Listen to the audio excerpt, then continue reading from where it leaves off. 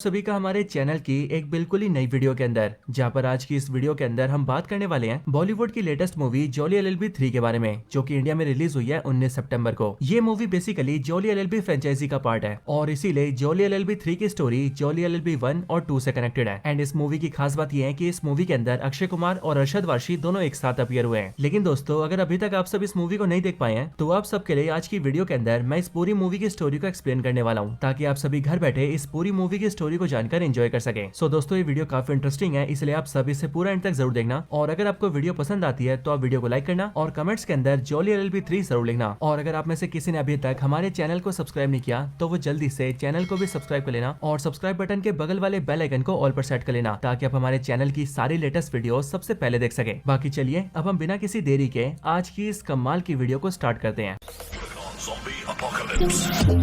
परसौल गांव से। और इस समय पर राजस्थान के परसौल गांव के अंदर हम ये देखते हैं कि ये पूरा गांव किसानों का गांव होता है, जहां पर सारे लोग खेती करते हैं और अपने गांव के घरों में बड़ी खुशी से रहते हैं। अब इसी गांव के अंदर हम एक किसान की स्टोरी देखते हैं, जिस किसान का नाम होता है राजा राम सोलंकी। राजा राम सोलंकी भी इस गाँव के अंदर एक फार्मर होता है और इसकी एज 60 से 65 साल होती है। इसके अलावा राजा राम सोलंकी की फैमिली के अंदर उसकी वाइफ होती है और उसके शहीद बेटे की बीवी होती है। एंड हमें पता लगता है कि राजा राम सोलंकी का बेटा कुछ टाइम पहले फौज में नौकरी किया करता था, जहाँ पर फौज की नौकरी करने के दौरान ही वो शहीद हो गया था। और अब क्योंकि राजा राम सोलंकी का इकलौता बेटा मर गया था एंड वो काफी गरीब भी था, इसीलिए राजा राम सोलंकी अपने घर को चलाने के लिए अपने बचे कुचे जमीन को एक जमींदार के पास गिरवी रख देता है। और वो जमींदार से ये डील करता है कि वो जैसे उधार के पैसे चुकाएगा वैसी वो उससे अपनी जमीन वापस ले लेगा। लेकिन दोस्तों, हम ये देखते हैं कि राजा राम सोलंकी जिस जमींदार को अपनी जमीन देता है वो जमींदार एक काफी लालची और बुरा इंसान होता है। और वो इसीलिए क्योंकि वो राजा राम सोलंकी की जमीन के गलत पेपर्स बनवाता है और वो झूठे पेपर्स में ये लिखवा देता है कि वो राजा राम सोलंकी की जमीन को हथिया सकता है। और फिर इसीलिए इसके आगे चलकर हम ये देखते हैं कि गाँव का वो जमींदार गाँव के तहसीलदार को